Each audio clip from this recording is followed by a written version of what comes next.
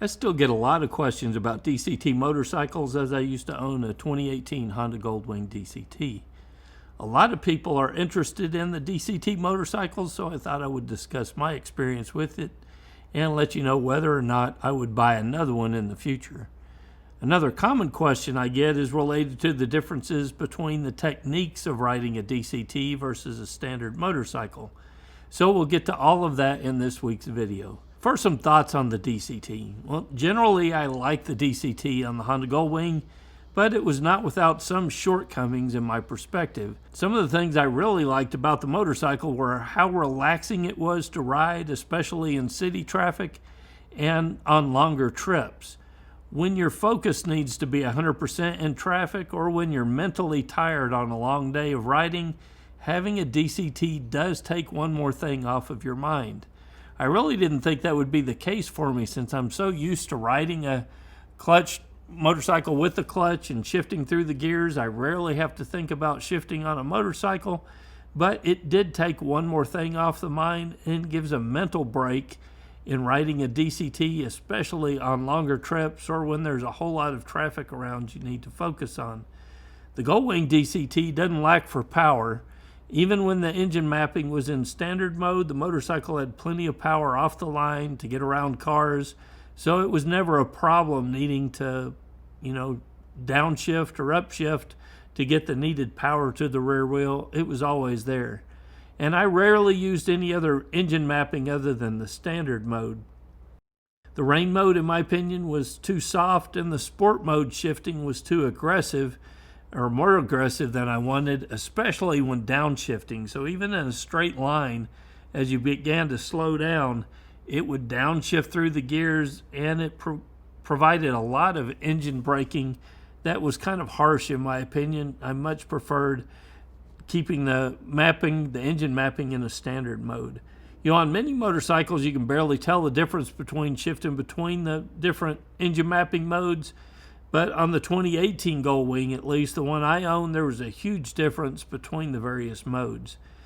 If I wanted to be a little more aggressive on the motorcycle, I would put the motorcycle in manual mode, and I would shift either using the paddle shifters or the foot shifter. I really like the foot shifter. That was an optional add-on to the bike, and it's a gear shifter just like on the standard motorcycle.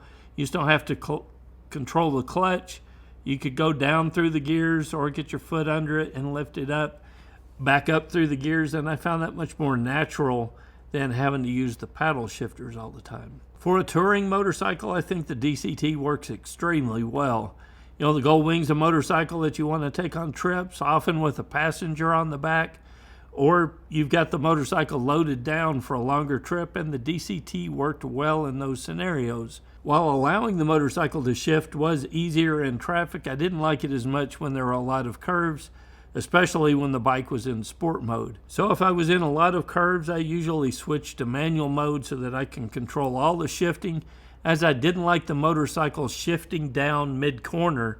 So you'd be mid-lean in a corner and it would downshift and it would throw your line off through the corner, especially when the motorcycle was in sport mode because the engine braking was much more noticeable. So that leads me to some riding tips that I discovered through ownership of the Goldwing DCT. These tips mainly relate to cornering and slow speed control because those are areas where I think the DCT differs most from a standard transmission motorcycle. The first two tips are kind of related, and we've discussed them a little bit, and that's to use engine braking strategically and use manual downshift for cornering. So even if I had the motorcycle in automatic mode, while the motorcycle was straight up and down, if I was approaching a corner that I knew it was going to downshift at some point, either through that corner or just on the exit of it, I would manually downshift a gear or two, whatever I needed, while I still had the motorcycle up, straight up and down. That way I wouldn't get mid-corner and have it downshift for me. So that's the biggest tip I've got for you. If it's unsettling to you to have it downshift mid-corner, just go ahead and downshift it a gear or two, whatever you need prior to the corner, while the motorcycle is straight up and down. And you can use that as a part of your slowing technique because you're going to generally slow down prior to a corner. Just downshift a gear or two Get all of that settled and get the chassis settled before you lean the motorcycle over. The next thing I found difficult was low speed maneuvers, and in those situations I generally put the motorcycle in manual mode so that it wouldn't downshift or upshift through slow speed control techniques. And it's a little bit different, or I'd say it's a whole lot different on a DCT motorcycle as opposed to a standard clutch, because on the clutch you release the clutch out into the friction zone. There's no clutch on a DCT motorcycle, or at least one you can control. So the way you compensate for that is you use a little bit of rear brake. That forces the motorcycle to slip the clutch, but you have to be really smooth with the throttle because the Goldwing's got a little bit of a twitchy throttle.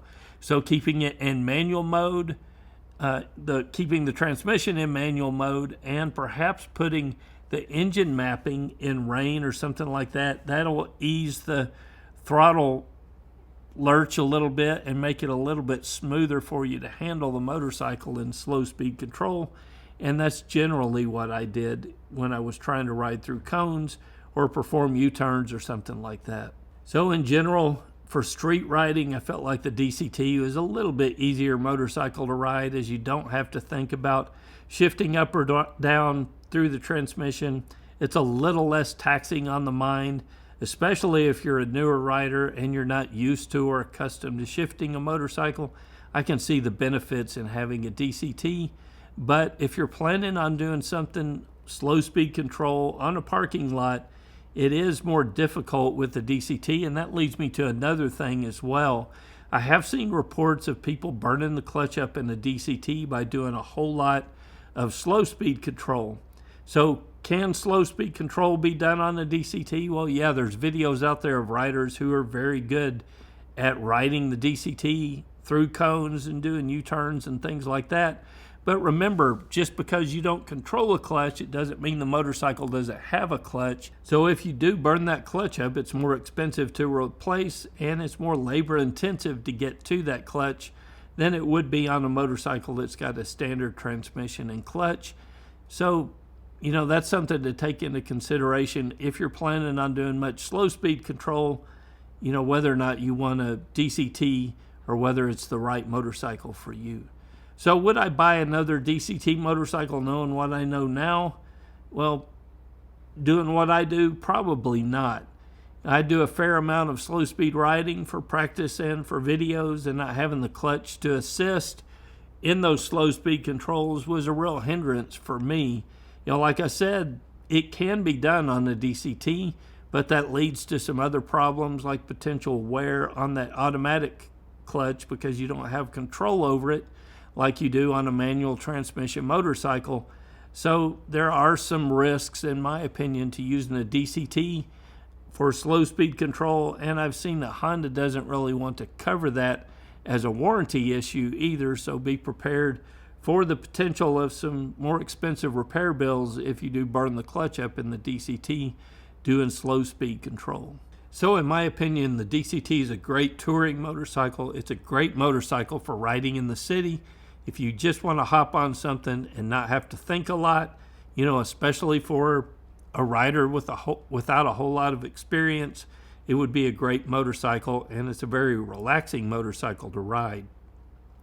But if your riding includes slow speed control work on a motorcycle, I think a manual transmission bike is a much better option. It's a little bit cheaper, about $1,000 when I bought the Goldwing. That's what the DCT option cost. And to be honest, I would save that $1,000 now, buy a manual transmission Goldwing so that I could get a little best of both worlds, slow speed control and a motorcycle that would be comfortable to ride on longer trips. So I'd love to hear from some of you, especially if you've got a DCT. Leave your comments below and let us know what you think about the transmission or the motorcycle in general. And don't forget to become a member of MCrider and support my ability to make training materials just like this for the riding community. Till next week, guys, it's Kevin with MCrider, and I'll see you on the road. If you enjoyed this video, please consider becoming a member of MCrider. You get access to the forums and the field guide and a whole lot more. All the details can be found at mcrider.com/member.